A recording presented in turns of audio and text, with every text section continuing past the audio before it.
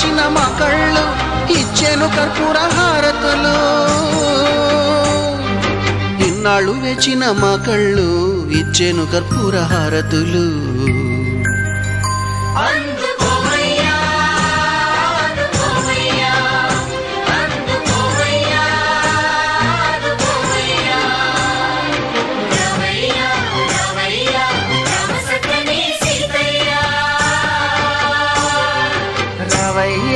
రావయ్యా